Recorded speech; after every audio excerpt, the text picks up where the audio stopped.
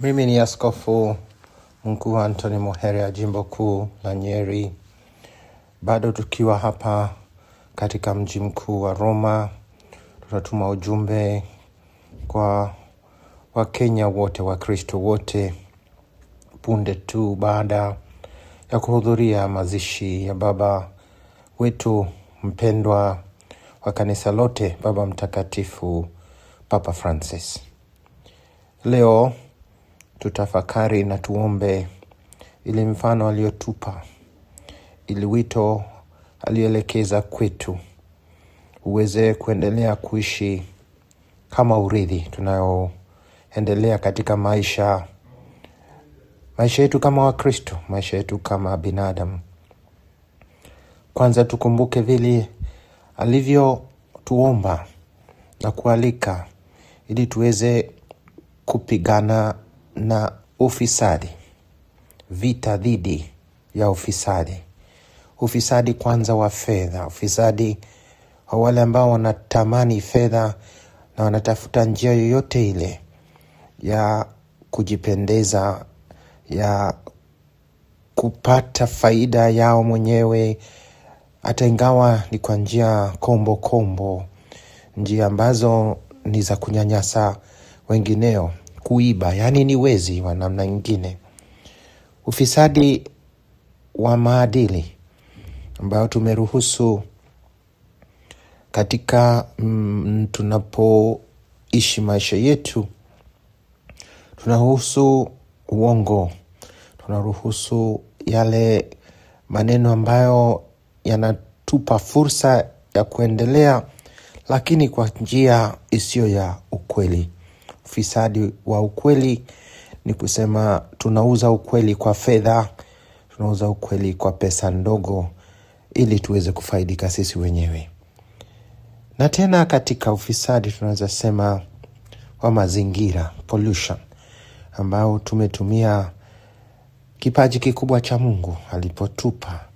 Papa Francisco alituandikia barua yake Laudato Si, tutunze mama yetu ardhi, tutunze kipaji cha Mungu, viumbe vyote, tuweze kupanda miti na sio kukata, tuweze kutunza mambo ya mazingira, tuweze kuangalia usafi wa maji na kadhalika.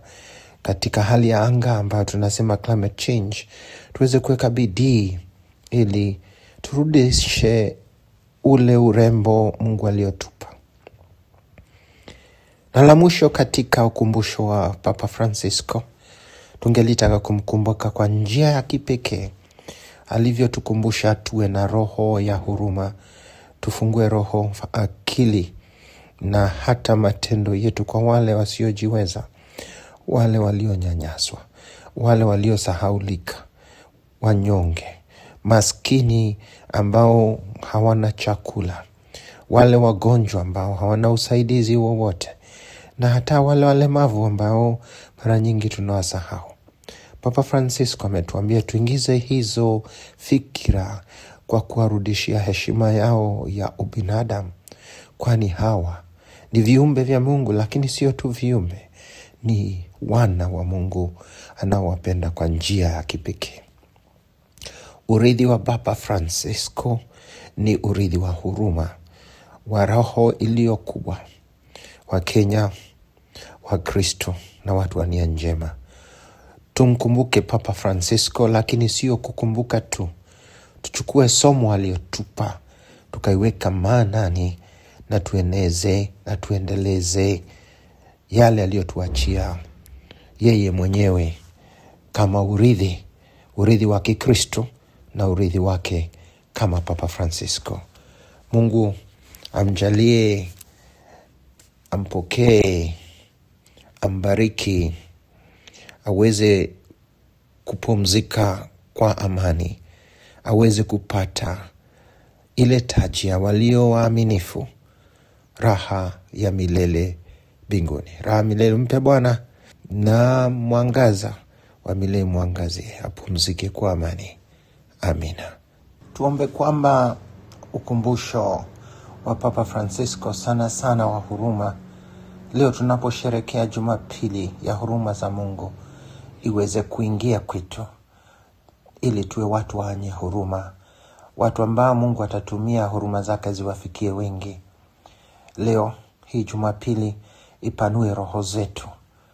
Mungu Mwenyezi anayetupenda, mwenye huruma, na atubariki sote hii Jumapili, kwa jina la Baba na la Mwana na Roho Mtakatifu. Amina. Tumsifu Yesu Kristo milele na milele. Amina.